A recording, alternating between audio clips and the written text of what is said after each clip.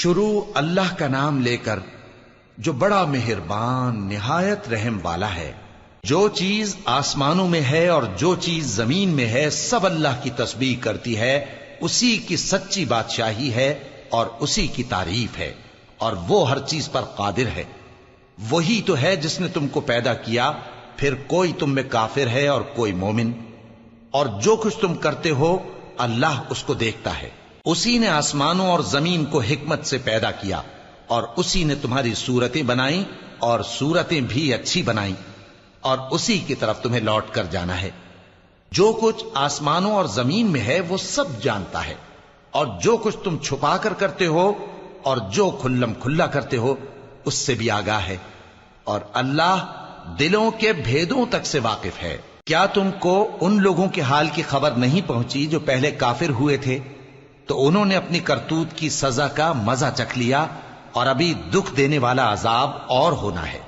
یہ اس لیے کہ ان کے پاس پیغمبر کھلی نشانیاں لے کر آتے تو وہ کہتے کہ کیا ایک آدمی ہمیں ہدایت کرے گا؟ تو انہوں نے ان کو نہ مانا اور منہ پھیر لیا، اور اللہ بھی بے نیاز ہو گیا، اور اللہ بے نیاز ہے، لائق حمد و ثنا ہے۔ جو لوگ کافر ہیں ان کا اعتقاد ہے کہ وہ دوبارہ ہرگز نہیں اٹھائے جائیں گے۔ کہہ دو کیوں نہیں؟ میرے پروردگار کی قسم تم ضرور اٹھائے جاؤ گے، پھر جو کام تم کرتے رہے ہو وہ تمہیں بتائے جائیں گے، اور یہ بات اللہ کو آسان ہے۔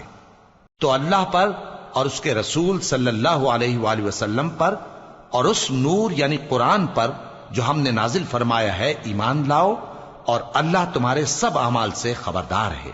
جس دن وہ تم کو اکٹھا کرے گا یعنی حشر کے دن، وہ نقصان اٹھانے کا دن ہے، اور جو شخص اللہ پر ایمان لائے اور نیک عمل کرے وہ اس سے اس کی برائیاں دور کر دے گا، اور جنت کے باغوں میں جن کے نیچے نہریں بہ رہی ہیں داخل کرے گا۔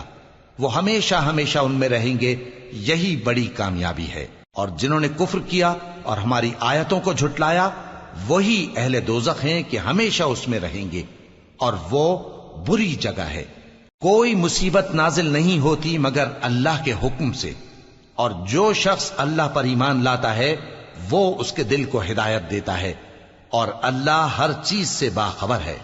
اور اللہ کی اطاعت کرو اور اس کے رسول کی اطاعت کرو، پس اگر تم منہ پھیر لوگے تو ہمارے پیغمبر کے ذمے تو صرف پیغام کا کھول کھول کر پہنچا دینا ہے۔ اللہ جو معبود برحق ہے اس کے سوا کوئی عبادت کے لائق نہیں، تو مومنوں کو چاہیے کہ اللہ ہی پر بھروسہ رکھیں۔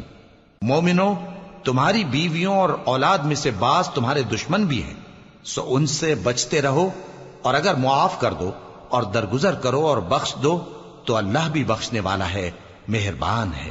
تمہارا مال اور تمہاری اولاد تو آزمائش ہے، اور اللہ کے ہاں بڑا اجر ہے، سو جہاں تک ہو سکے اللہ سے ڈرو اور اس کے احکام کو سنو اور اس کے فرمانبردار رہو اور اس کی راہ میں خرچ کرو، یہ تمہارے حق میں بہتر ہے۔